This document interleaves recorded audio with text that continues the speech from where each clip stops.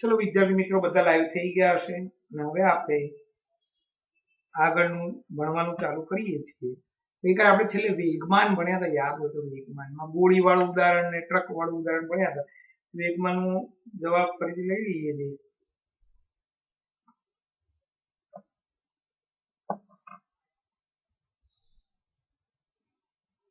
વેગમાન વેગમાન એટલે શું? વેગમાન એટલે દળ ગુણ્યા વેગ, દળ અને વેગનો ગુણાકાર કરવાથી મળતી રાશિને વેગમાન કહેવાય છે।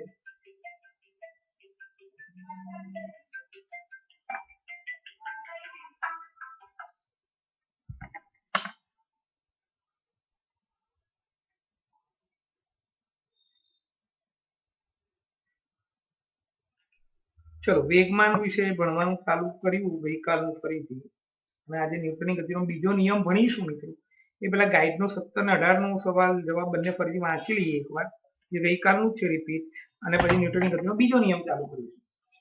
પદાર્થની ગતિ અને તેના પર લાગતા બળના અભ્યાસક્રમ પદાર્થનું દ્રવ્યમાન વેગ એક સરખું મહત્વ ધરાવે છે। મિત્રો આ ગઈકાલે ભણી જ ગયા હતા। તે ઉદાહરણ આપી સમજાવો। ટેબલ ટેનિસની રમત દરમિયાન દડો જો કોઈ ખેલાડીના શરીરને અથડાય તો ઘાયલ થતો નથી, પરંતુ ઝડપથી આવતો ક્રિકેટનો મેચિસનો દડો કોઈ દર્શકને વાગે તો ઘાયલ થઈ જાય છે, કારણ કે મેચિસના દડા વડે દર્શક પર લાગતો ધક્કો એટલે કે બળ ટેબલ ટેનિસના ખેલાડી પર લાગતા ધક્કા કરતા વધુ છે। એક કાંકરી લઈને તેને કાચની તકતી પર ફેંકવામાં આવે, ત્યારબાદ તેટલા જ વેગથી ભારે પથ્થરને ફેંકવામાં આવે, કાચની તકતી પર કાંકરીની કોઈ અસર થતી નથી, પરંતુ ભારે પથ્થર વડે કાચ તૂટી જાય છે। ઉપરના બંને ઉદાહરણ પરથી કહી શકાય કે બળ એ દ્રવ્યમાન પર આધારિત છે। ત્રીજું, મેળામાં ફુગ્ગા ફોડવાની ઘટનામાં બંદૂકની અંદર મગનો દાણો ગોળી બુલેટ વપરાય છે। જો મગના દાણાને ફક્ત હાથ વડે કોઈ ફુગ્ગા પર ફેંકવામાં આવે તો ફુગ્ગો ફૂટતો નથી, પણ આ જ મગના દાણાને બંદૂકમાં ભરાવીને ફુગ્ગા પર ફોડવામાં આવે તો ફુગ્ગો ફૂટી જાય છે, કારણ કે બંદૂકમાંથી બહાર નીકળેલ મગના દાણાનો વેગ ખૂબ જ વધારે હોય છે, તેથી ફુગ્ગા પર વધારે ધક્કો બળ લાગતા ફુગ્ગો ફૂટી જાય છે। રોડ સાઈડમાં સ્થિર ઉભેલી ટ્રકથી કોઈ જોખમ નથી, પણ જો માત્ર 5 મીટર પ્રતિ સેકન્ડ જેટલા ઓછા વેગથી પણ ગતિ કરે તો ગતિ કરતી ટ્રકને લીધે અકસ્માત થાય, રસ્તા પર આ વ્યક્તિનું મૃત્યુ પણ થઈ શકે છે। એટલે અહીં આ બંને ઉદાહરણ પરથી કહી શકાય કે પદાર્થ પર લાગતું બળ એ તેની સાથે અથડાતા પદાર્થના વેગ ઉપર પણ આધાર રાખે છે। ઉપરોક્ત ચારેય ઉદાહરણ પરથી વર્ણન સ્પષ્ટ છે, કોઈ ગતિ કરતો પદાર્થ બીજી વસ્તુ સાથે અથડાય ત્યારે તેના પર ઉદ્ભવતી અસરે અથડાતા પદાર્થના દળ અને વેગ બંને પર આધાર રાખે છે। આમ પદાર્થની ગતિ અને તેના પર લાગતા બળના અભ્યાસક્રમમાં પદાર્થના દળ અને વેગ બંનેનું સરખું મહત્વ છે। આ બંને રાશિને સાંકળતી રાશિને વેગમાન કહેવામાં આવે છે। પ્રશ્ન 18, વેગમાનની વ્યાખ્યા સૂત્રોને એકમ જણાવો। એટલે વેગમાન એટલે દળ ગુણ્યા વેગ, વેગમાન એટલે દળ ગુણ્યા વેગ, તો વેગ p બરાબર m * v, અને એનો SI એકમ કિલોગ્રામ મીટર પ્રતિ સેકન્ડ છે, નાનો એકમ ગ્રામ સેન્ટીમીટર પ્રતિ સેકન્ડ છે। વેગમાનની સદિશ રાશિ છે। મિત્રો આ ગઈકાલનું હતું એ એકવાર વાંચી ગયા, 18મો ને 19, 17મો ને 18મો સવાલ। અહીંયા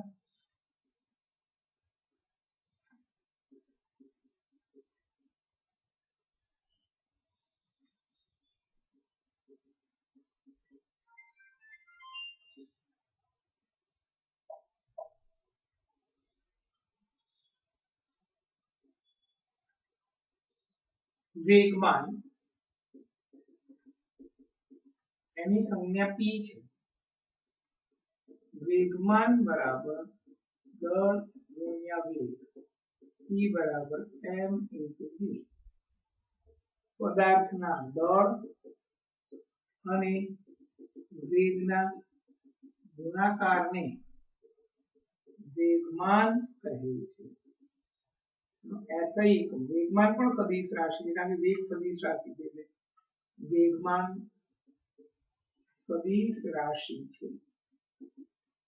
વેગમાનનો SI એકમ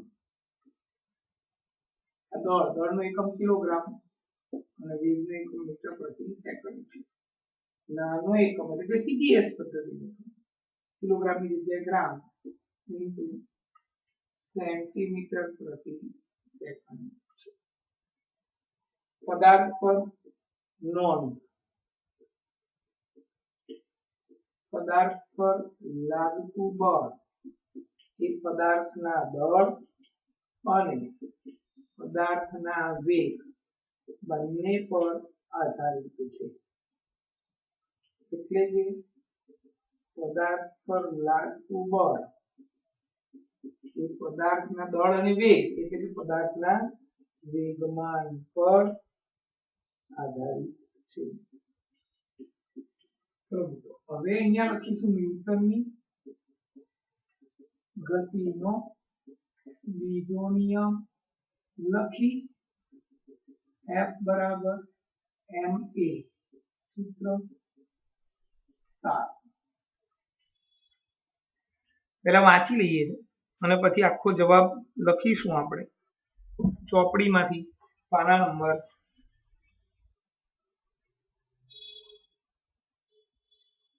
119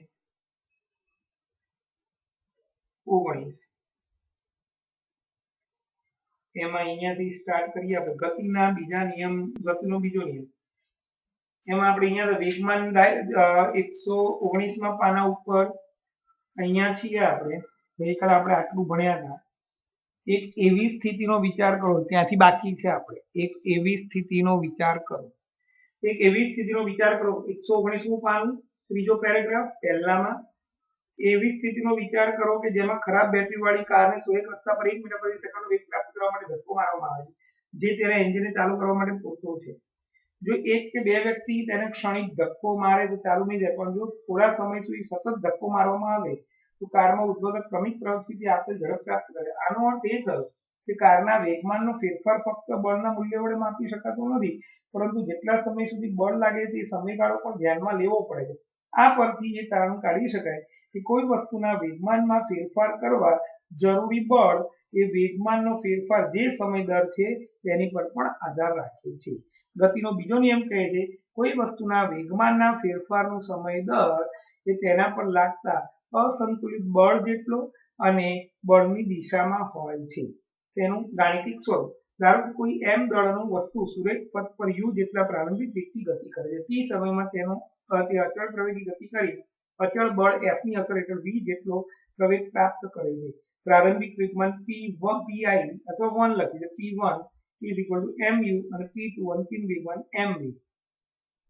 વેગમાનમાં થતો ફેરફાર p2 p1 mv mu m ગુણ્યા v u. વેગમાનમાં ફેરફારનો દર ચલે છે m ગુણ્યા v u/t અથવા લાગુ પડેલ બળ F ચલે છે m ગુણ્યા v u/t. F બરાબર km ગુણ્યા v u/t. F બરાબર km k બરાબર v u/t. k સપ્રમાણતા અચળાંક છે. દળ અને પ્રવેગના એકમો કિલોગ્રામ અને મીટર પ્રતિ સેકન્ડ સ્ક્વેર છે. બળનો એકમ પણ આ રીતે પ્રાપ્ત કરીશું. 1 કિલોગ્રામ દળની વસ્તુને 1 મીટર પ્રતિ સેકન્ડ સ્ક્વેરનો પ્રવેગ ઉત્પન્ન કરવા જરૂરી બળ 1 એકમ છે. તેથી 1 એકમ બળ k બરાબર 1 લેતા F બરાબર m. આમ બળનો એકમ કિલોગ્રામ મીટર પ્રતિ સેકન્ડ સ્ક્વેર ન્યૂટન છે. તેની સંજ્ઞા કેપિટલ N છે જે દ્રવ્યમાન અને પ્રવેગનો ગુણાકાર છે. પછી એના ઉદાહરણ છે. મિત્રો પહેલા આ બધું લખીને સમજીએ શાંતિથી. ધ્યાન રાખજો ન્યૂટનની ગતિનો બીજો નિયમ બહુ મસ્ત મોસ્ટ આઈએમપી પૂછાવાનો છે પરીક્ષામાં 100% પરીક્ષામાં છે જ યાદ રાખજો.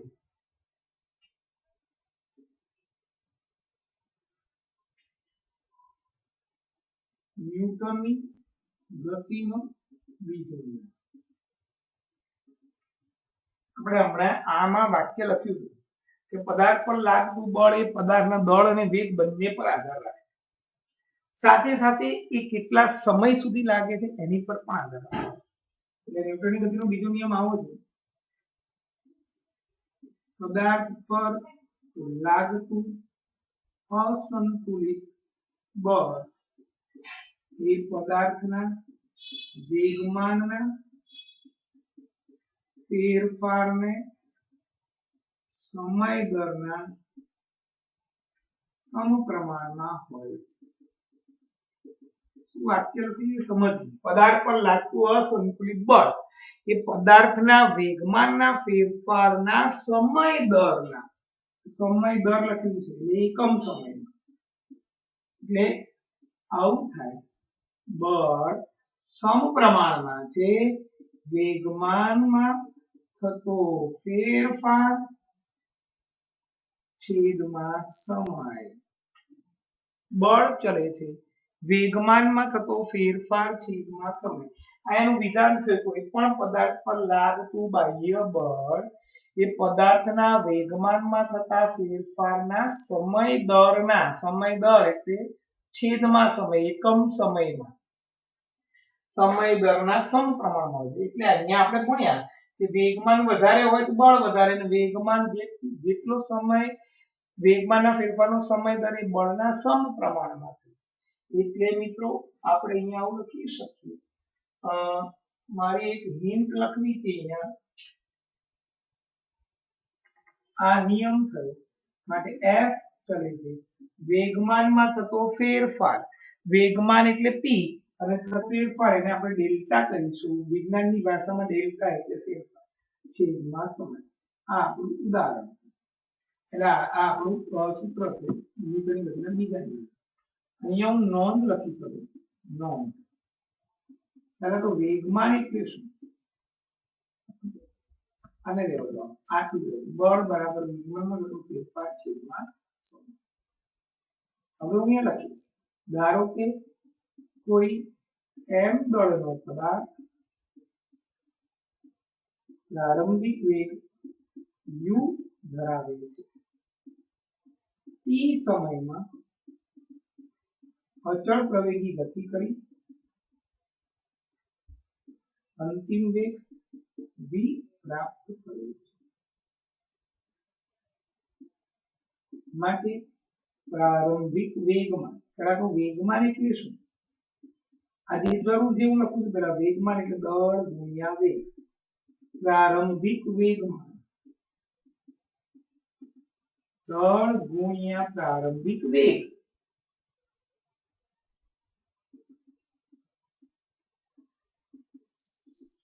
પ્રારંભિક વેગમાન, પ્રારંભિકને આપણે વિજ્ઞાનમાં ઇનિશિયલ કહીએ એટલે પી આઈ. ચોપડીમાં 1 લખ્યું, હું પી આઈ લખીશ m, અને પ્રારંભિક વેગ એટલે P I is equal to m.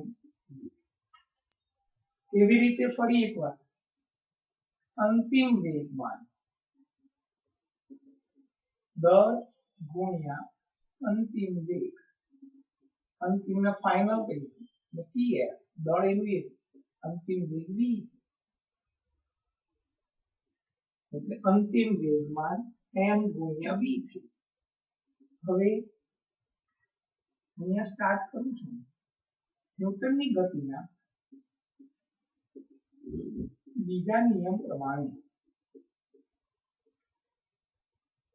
અસંતુલિત બળ એ વેગમાનના ફેરફારના સમય દર એટલે ભાગાકાર ગુણોત્તર છેદમાં સમય એકમ સમય ના સમપ્રમાણમાં હોય.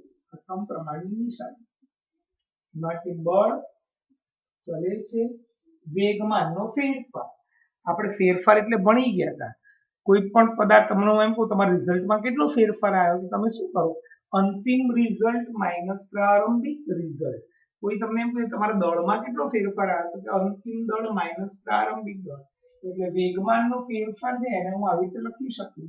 માટે અંતિમ વેગમાન ઓછા પ્રારંભિક વેગમાન છેદમાં સમય. માટે f ચલે છે pf minus pi upon t. મિત્રો ગણિતનો નિયમ છે, ચલે છે કાઢીને મૂકવું હોય, ઇક્વલ ટુ કરીને અચળાંક મૂકવાનું. આ ગણિતનો નિયમ છે. સપ્રમાણતા કાઢીને ઇક્વલ ટુ કરીને અચળાંક મૂકવો પડે. pf minus pi upon t.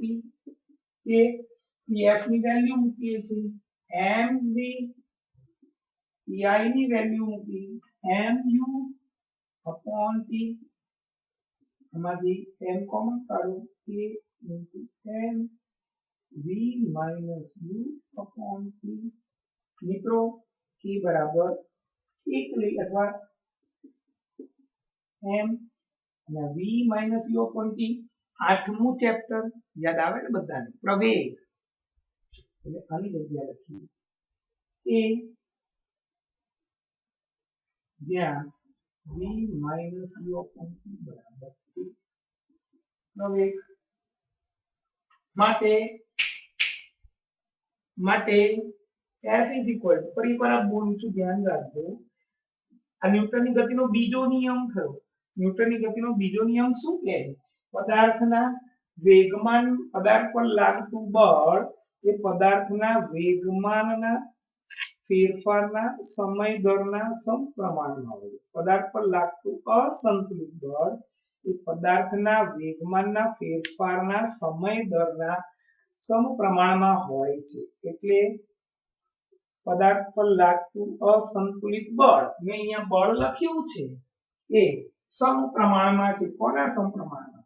એટલે વેગમાનના ફેરફારના, વેગમાનનો જે ફેરફાર થયો એ ના સમય દરના સમપ્રમાણમાં, એટલે છેદમાં સમય લખ્યો છે. એટલે ધારો કે કોઈ m દળનો પદાર્થ પ્રારંભિક વેગ u ધરાવે છે, t સમયમાં અચળ પ્રવેગી ગતિ કરીને, t સમયમાં અચળ પ્રવેગી ગતિ કરીને અંતિમ વેગ v પ્રાપ્ત કરે છે. આ બધું બહુ સરસ રીતે મેં લખ્યું છે, ધ્યાનથી જોજો. વેગમાન આટલો નિયમ છે. હવે આપણે એને સાબિત કરીશું ગાણિતિક. f બરાબર ma r1. ધારો કે કોઈ m દળનો પદાર્થ છે, આ m દળનો પદાર્થનો પ્રારંભિક વેગ u છે અને t સમયમાં અચળ પ્રવેગી ગતિ કરી અંતિમ વેગ v પ્રાપ્ત કરે છે. તો વેગમાન એટલે દળ ગુણ્યા વેગ. પ્રારંભિક વેગ, મારે બે વેગમાનની જરૂર પડવાની, કારણ કે બંને વેગ અલગ અલગ છે. પ્રારંભિક વેગમાન અને અંતિમ વેગમાન.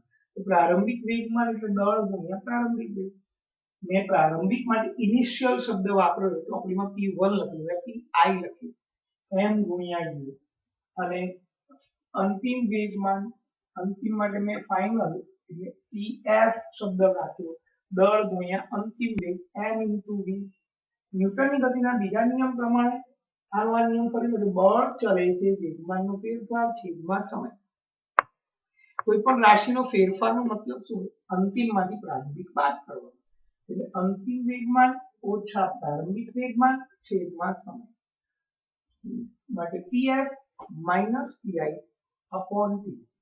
આ ગણિતનો નિયમ છે, અહીંયા લખવું પડે, જ્યાં કે સપ્રમાણતા અચળાંક છે. આ ગણિતનો નિયમ છે. આ ગણિતના નિયમમાં સપ્રમાણતા અચળાંક, સપ્રમાણતા અચળાંક એટલે ઇક્વલ ટુ, ચલને કાઢીને ઇક્વલ ટુ મૂક્યું અને ઇક્વલ ટુ ની બાજુમાં k લખ્યું. આ ગણિતનો નિયમ છે, એ સપ્રમાણતા અચળાંક છે.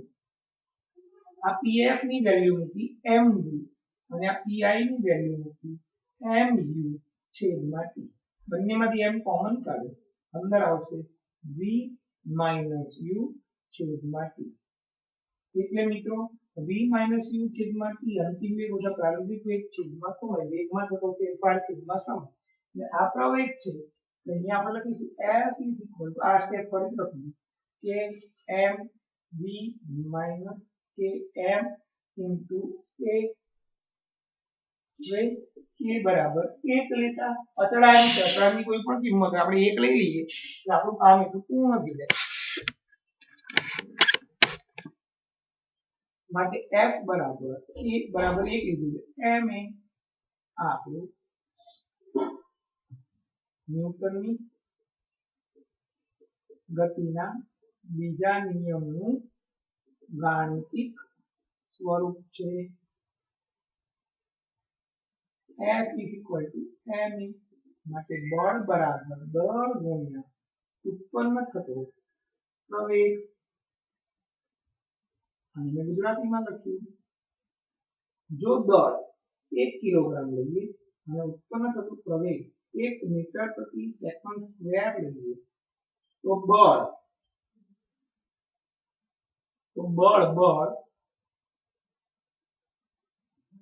1 ન્યૂટન. એટલે 1 ન્યૂટન બળની વ્યાખ્યા,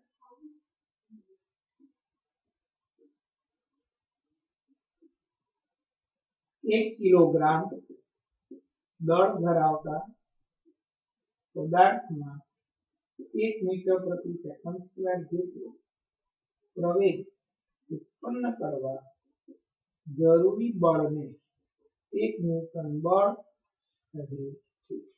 1 કિલોગ્રામ દળ ધરાવતા પદાર્થમાં 1 મીટર પ્રતિ સેકન્ડ સ્ક્વેર જેટલો પ્રવેગ ઉત્પન્ન કરવા જરૂરી બળને 1 ન્યૂટન બળ કહેવામાં આવે છે.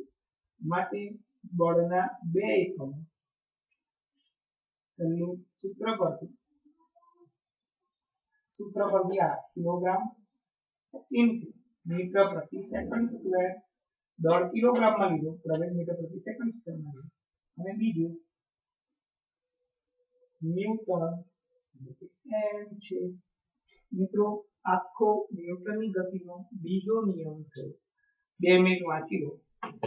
હું ફરીથી આખો સમજાવું, બધી 2 વાર સમજાવીશ, મોઢેથી જોવું જોઈએ. 4 માર્કનો સવાલ છે, 1001% પરીક્ષામાં આવવાનો જ છે. ન્યૂટનની ગતિનો બીજો નિયમ લખો અને તેનું ગાણિતિક સ્વરૂપ દર્શાવો અથવા F બરાબર એને સાબિત કરો. 2 મિનિટ 3 મિનિટનો ટાઈમ આપું છું, વાંચી લો એકવાર, પછી હું બંને આખું આ બીજો નિયમ ફરીથી સમજાવું છું, 2 વાર સમજાવીશ અને પછી વ્યવહારિક ઉદાહરણો લઈશું. વાંચી લો એકવાર, હું ફોટો પાડી લઉં.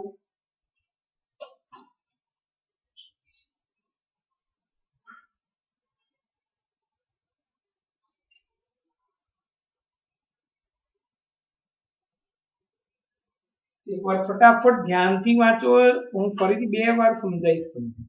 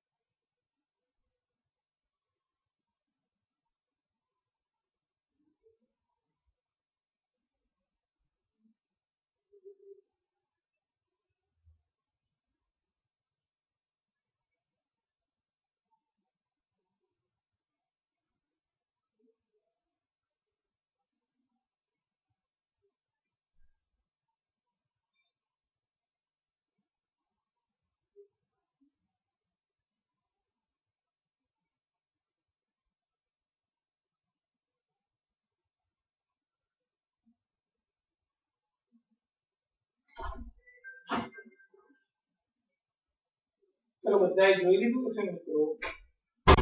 બધું ફરીથી હવે આખો ન્યૂટનની ગતિનો બીજો નિયમ જોરદાર વસ્તુ છે, પરીક્ષામાં 1001% આવવાનું છે. આપણે કહી દીધું ફાઇનલ 4 માર્કમાં કે 3 માર્કમાં. ચલો ફરી એકવાર. પહેલા તો વેગમાન એટલે શું? વેગમાન એટલે દળ ગુણ્યા વેગ, p બરાબર m * v. ચલો મિત્રો હવે સ્ટાર્ટ કરીએ આપણે ન્યૂટનની ગતિનો બીજો નિયમ. તો બળ કોની પર આધાર રાખે? બળ એ પદાર્થના દળ અને વેગ બંને પર આધારિત છે, અને સાથે સાથે કેટલા સમય પર લાગે છે એના પર પણ આધારિત છે. એટલે વારે ઘડી આપણે દળ અને વેગ એવું ના રાખવું, એટલે દળ અને વેગને સાંકળતી એક રાશિનું નામ આપ્યું વેગમાન. એટલે બળનો આધાર 2 બાબત પર, વેગમાન અને એક કેટલા સમય પર લાગે છે તેની પર. હલો એ હા ભાઈ, હું ભૂલી ગયો, તમે આપી દો ને એમને 1500 સોમવારે. ના ના સોમવાર ચાલુ છે, શેની રજા છે? ચાલુ છે. અરે ના ના ચાલુ છે, આપી દો એમને, હું આપી દઉં. ચલો મિત્રો ન્યૂટનની ગતિનો બીજો નિયમ. ન્યૂટનની ગતિનો બીજો નિયમ શું કહે છે? પદાર્થ પર લાગતું અસંતુલિત બાહ્ય બળ. તો અહીંયા મેં ખાલી બળ જ લખ્યું છે, જગ્યા ના હોય એટલે. પદાર્થ પર લાગતું અસંતુલિત બાહ્ય બળ એ પદાર્થના વેગમાનના ફેરફારના સમય દરના સમપ્રમાણમાં હોય છે. પદાર્થ પર લાગતું અસંતુલિત બાહ્ય બળ પદાર્થના વેગમાનમાં થતા ફેરફારના સમય દરના સમપ્રમાણમાં છે. એને ગણિતની ભાષામાં બળ સમપ્રમાણમાં છે. વેગમાનમાં થતા ફેરફારનો સમય દર એટલે ભાગાકાર ગુણોત્તર એકમ સમય છેદમાં સમય એટલે પદાર્થ પર લાગતું બળ એ પદાર્થના વેગમાનમાં થતા ફેરફારના સમય દર પર હલો હા કઈ વાત નહીં. પદાર્થ પર લાગતું અસંતુલિત બાહ્ય બળ એ પદાર્થના વેગમાનમાં થતા ફેરફારના સમય દર એકમ સમય પર સમયના ગુણોત્તર છે. એટલે અહીંયા બળ આ સમપ્રમાણ વેગમાનમાં થતો ફેરફાર ને આ સમય આ ન્યૂટનની ગતિના બીજા નિયમનું સૂત્ર થયું. આ ન્યૂટનની ગતિના બીજા નિયમનું સૂત્ર થયું એટલે આપણે એને અહીંયા ગાણિતિક ભાષામાં ફેરવીશું. ધારો કે કોઈ m દળનો પદાર્થ છે, એનો પ્રારંભિક વેગ u છે કે t સમયમાં અચળ પ્રવેગી ગતિ કરીને અંતિમ વેગ v પ્રાપ્ત કરે છે. ચલો જોજો વેગમાન દળ ગુણ્યા વેગ. અહીં બે વેગમાન થશે. કેમ કે બે વેગ છે, પ્રારંભિક વેગ ને અંતિમ વેગ. પ્રારંભિક વેગ દળ ગુણ્યા પ્રારંભિક વેગમાન એટલે દળ ગુણ્યા પ્રારંભિક વેગ. પ્રારંભિક વેગમાનને આપણે કહીશું pi દળ ગુણ્યા u. pi mv. અંતિમ વેગમાન દળ ગુણ્યા અંતિમ વેગ એટલે pf m v. મિત્રો આ ફરી રાખી બળ સમપ્રમાણમાં છે. આ કાઉન્ટ છગડ્યો કાઉન્ટ નથી કર્યો.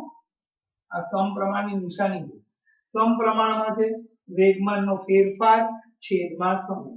વેગમાનના ફેરફારને આપણે શું કહીએ? અંતિમ વેગમાન ઓછા પ્રારંભિક વેગમાન છેદમાં સમય. અંતિમ વેગમાન એટલે pf, પ્રારંભિક વેગમાન એટલે pi ઇનિશિયલ છેદમાં t. pf આ ગણિતનો નિયમ ચલે છે કાઢીને ઇક્વલ ટુ કેમ કોનું જ્યાં કે અચળાંક સપ્રમાણતા અચળાંક છે. જ્યાં કે સપ્રમાણતા અચળાંક છે. ઇક્વલ ટુ ને કે મૂક્યું આ જેમ હતું એમનું એમ જ.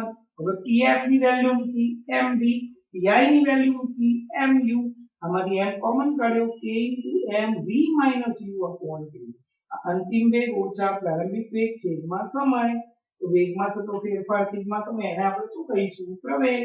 એટલે v u/t એટલે આ એક પ્રવેગ થયો. આની જગ્યાએ મેં a લખી નાખ્યું.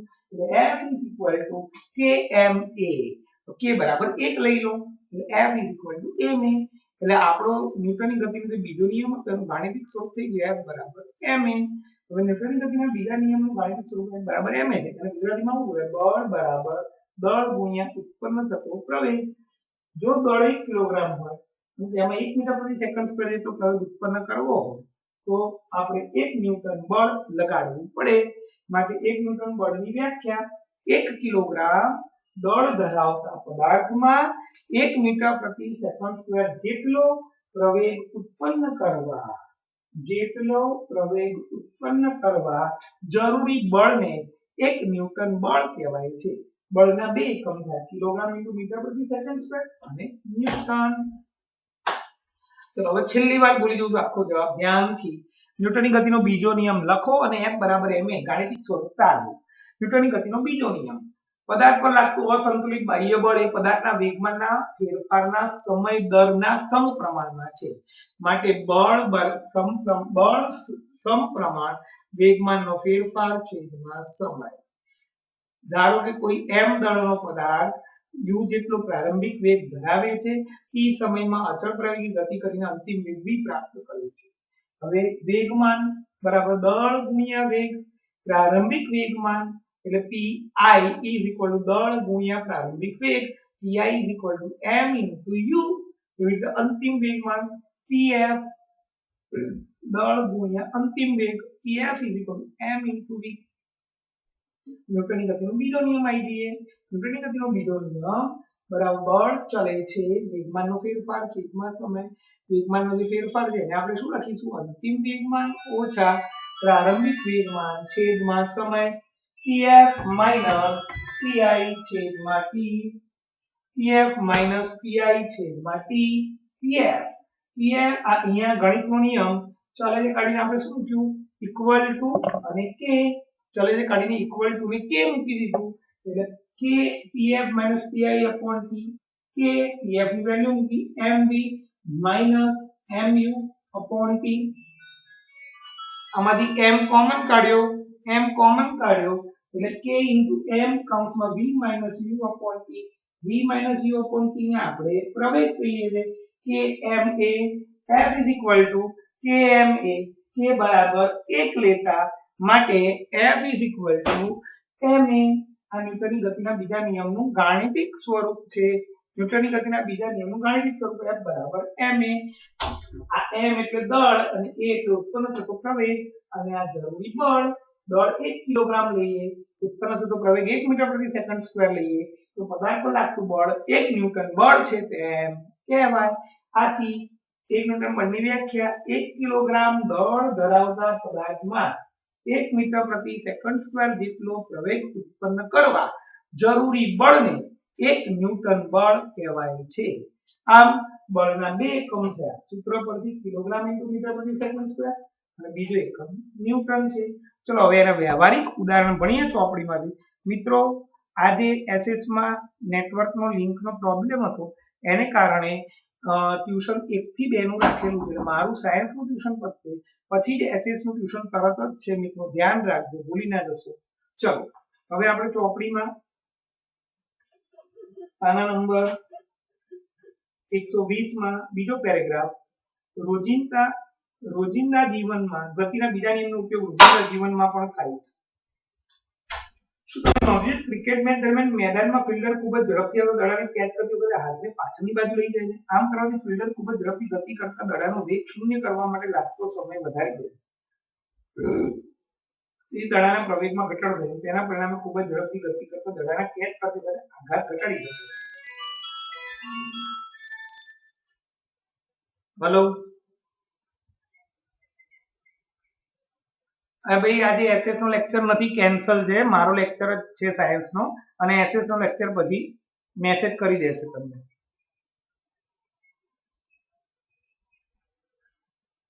સોમવારે એસએસ નો લેક્ચર છે ને અત્યારે એક્ઝામ નું પેપર મૂકશે એ તમે લખી નાખજો બરાબર છે ચલો ધ્યાન અહીંયા આમ કરવાથી ફિલ્ડર ખૂબ જ ઝડપથી ગતિ કરતા દડાનો વેગ શૂન્ય કરવા માટે લાગતો સમય વધારી દે તેથી દડાના પ્રવેગમાં ઘટાડો થાય અને તેને પરિણામે ખૂબ જ ઝડપથી ગતિ કરતા દડાને કેચ કરતી વખતે લાગતો આઘાત ઘટાડી શકે જો દડાને અચાનક રોકવામાં આવે તો ઝડપી વેગ ખૂબ જ ટૂંકા સમયગાળામાં શૂન્ય થઈ જાય આથી દડાના વેગમાનનો ફેરફારનો દર ઘણો મોટો થઈ જાય અને કેચ પકડવા માટે વધારે બળ લગાડવું પડશે તેના પરિણામે ફિલ્ડરની હથેળીમાં ઈજા થવાની શક્યતા છે ઊંચી કૂદની રમતમાં ખેલાડીઓ ગાદલા પથારી કે રેતીની પથારી પર કૂદકો લગાવે છે આવું ખેલાડીઓ છલાંગ લગાવ્યા બાદ નીચે પડવા માટે લાગતા સમયને વધારી દે છે જે વેગમાનમાં થતા ફેરફારનો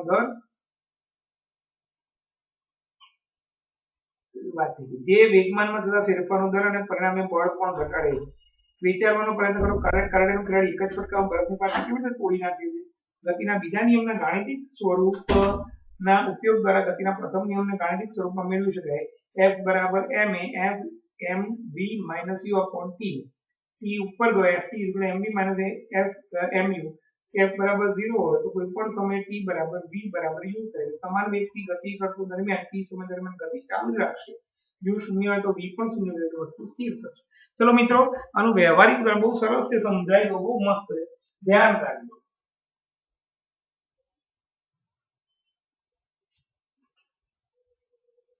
આજનું ઘરકામ હું જેમ કહું ને એમ લખજો ચલો ધ્યાન અહીંયા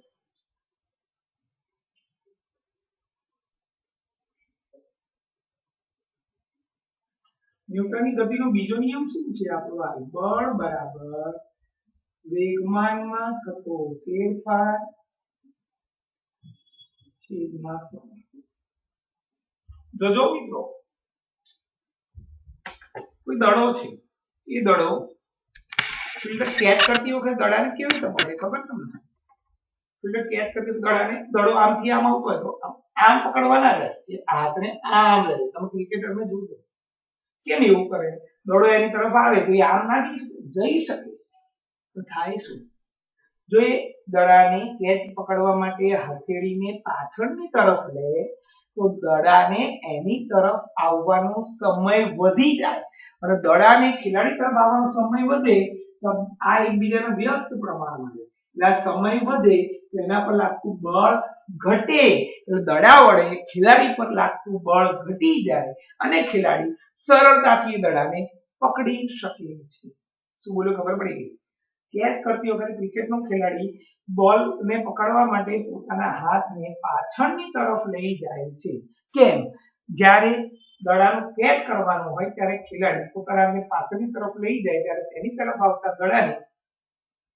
લાગતો સમય વધી જાય છે સમય વધે છે પરિણામે ન્યૂટનની ગતિના બીજા નિયમ પ્રમાણે તેના પર થતી બળની અસર સમય વધી જાય દડો ખેલાડી તરફ આવે એ વખતે એને હથેળી પાછળ લઈ જાય એટલે દડાને પોતાની તરફ આવતા સમય વધી જાય છે ન્યૂટનની ગતિના બીજા નિયમ પ્રમાણે તેના પર લાગતું બળની અસર ઓછી થાય પરિણામે ક્રિકેટર સરળતાથી કેચ કરી શકે છે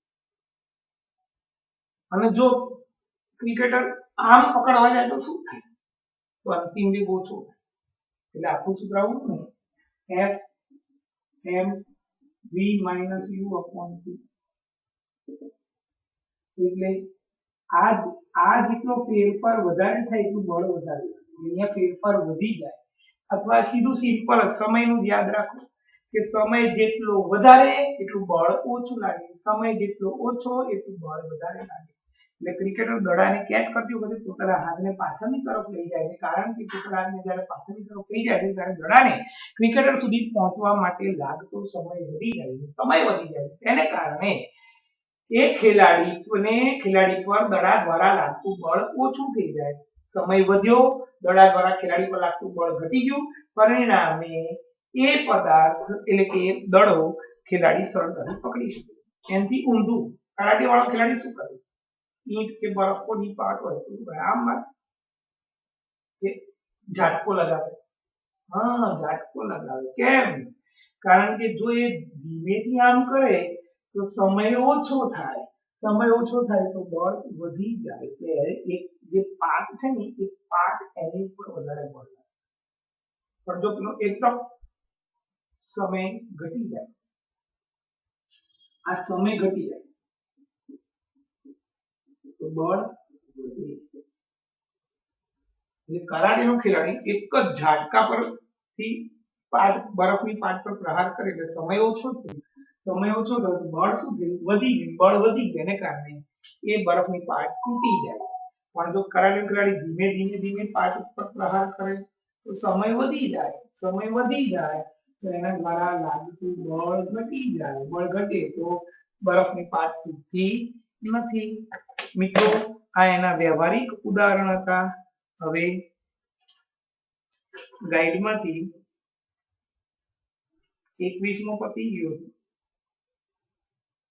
25મો પ્રશ્ન ન્યૂટનની ગતિનો બીજો નિયમ પહેલા નિયમ સાથે સુસંગત છે સમજાવો ન્યૂટનની ગતિનો બીજો નિયમ પહેલા નિયમ સાથે સુસંગત છે સમજાવો એ આપણે આગળ અહીંયા આવી બતાવી દઉં તમને F = mv - u upon t Ft = mv - m હવે ન્યૂટનની ગતિનો પહેલો નિયમ શું હતો આ બીજો નિયમ છે ન્યૂટનની ગતિનો પહેલો નિયમ શું હતો જ્યાં સુધી કોઈ પદાર્થ પર બાહ્ય બળ ન લાગે ત્યાં સુધી સ્થિર પદાર્થ સ્થિર રહે ગતિમાન પદાર્થ પોતાની અચળ ગતિ ચાલુ રાખે તો કોઈ પદાર્થનો બળ લાગતું નથી એટલે F બરાબર આપણે 0 લઈ લઈએ તો આ શું થઈ ગયું 0 ભલે 1 કલાક સુધી તો 0 * t એટલે શું થાય 0 થાય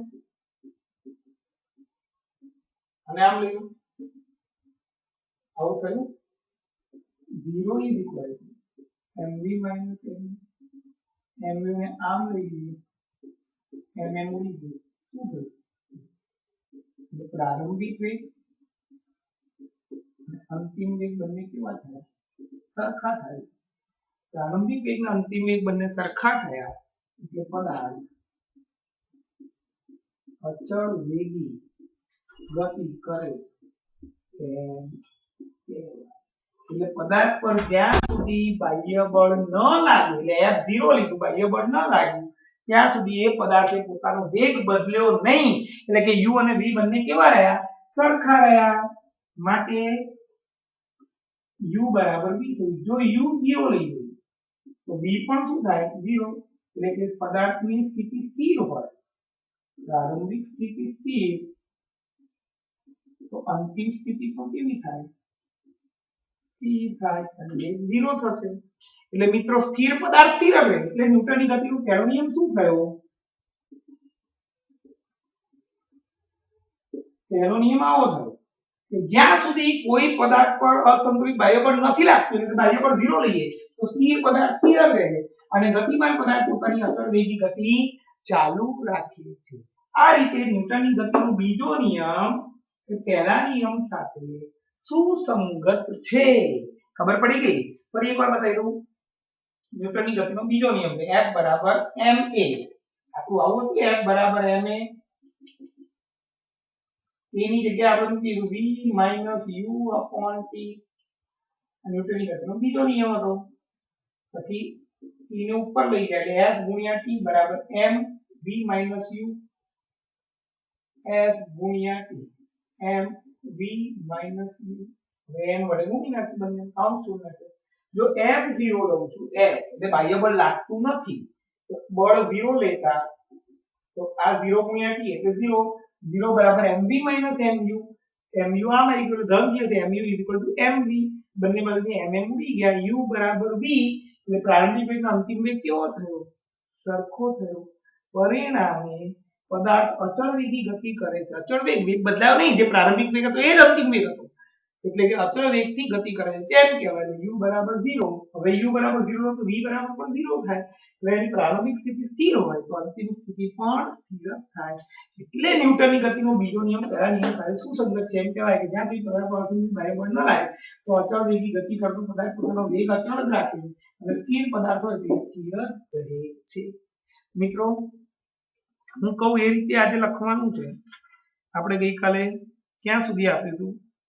18 સુધી આપ્યું હતું. 19 નહીં લખવાનું, 20, 21, 25, 27,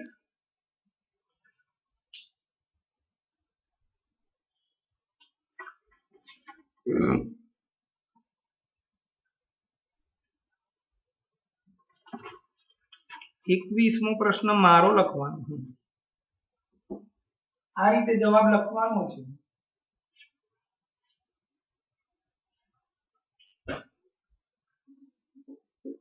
પ્રશ્ન 20. પછી બોર્ડનો ફોટો, ન્યૂટનની ગતિનો બીજો નિયમ.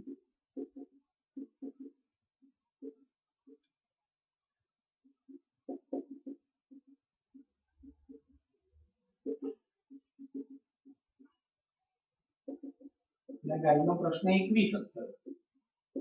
મારામાંથી લખશો તો ફાયદો થશે, ઈઝી ભાષામાં. પ્રશ્ન 23, 25, 21, 23, 24 નથી લખો, 25, 27, 29, 28.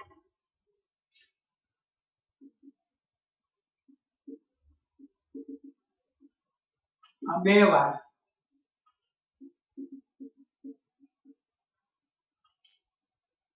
અને આ જવાબ છે એક 3 વાર. મિત્રો પહેલા આજે ઘરકામમાં કેવી રીતે લખવાનું? પહેલા ગાઈડમાંથી પ્રશ્ન 20 લખવાનો, પછી મારું બોર્ડ લખી નાખવાનું. એ પ્રશ્ન 21 છે તમારો. પછી પ્રશ્ન 25 લખવાનો, 27 લખવાનો, 28 લખવાનો, 29 લખવાનો. એટલે આ જે બોર્ડનો ફોટો એક હતો એ ન્યૂટનની ગતિનો બીજો નિયમ, F બરાબર m. ગાઈડનો પ્રશ્ન 21. આ લખો અથવા આ લખો, મારામાંથી લખશો ફાયદો થશે, ઈઝી ભાષામાં લખેલું. એટલે પહેલા ગાઈડમાંથી પ્રશ્ન 20 લખવાનો, પછી પ્રશ્ન, પછી આ મારો ન્યૂટનની ગતિનો બીજો નિયમ જે હતો એ લખવાનો, આજે મેં જે લખ્યું બોર્ડ પર, અને પછી 25, 27, 28, 29. સોમવારે ટ્યુશન 12 થી 1 સાયન્સ અને 1 થી 2 એસએસ. અને અત્યારે એસએસ ની એક્ઝામ છે, એનું પેપર આપે છે, એ તમારે લખી નાખવાનું છે. અને સોમવારે આપણે મળીશું કેવી રીતે ઘરકામ કરવાનું એ હજી એકવાર બોલી દઉં. પહેલા આજે ગાઈડનો 20મો પ્રશ્ન લખવાનો. 20મો લખાઈ જાય પછી મેં જે આજે બોર્ડ લખ્યું આખું ન્યૂટનની ગતિનો બીજો નિયમ એ આખો લખી નાખવાનો અને પછી ગાઈડનો 25, 27, 28, 29 અને ન્યૂટનની ગતિનો બીજો નિયમ વાળો જે જવાબ હતો એ 3 વાર લખવાનો, બાકી બધા જવાબ 2 વાર.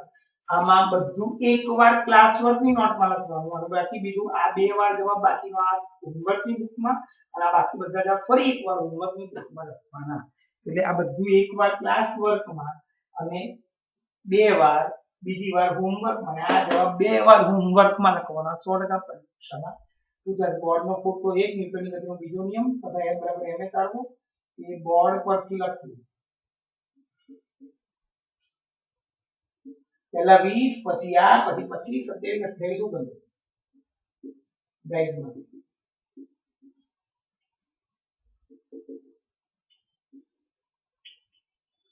મિત્રો સોમવારે હવે ટ્યુશન છે, ભેગા થઈશું આપણે સોમવારે. પ્રશ્ન 20 પછી આ 2 વાર લખીને આ જવાબ 3 વાર લખીને. સોમવારે એસએસ નું ટ્યુશન સાયન્સ નું ટ્યુશન 12 થી 1, એસએસ નું 1 થી 2 છે. આવજો.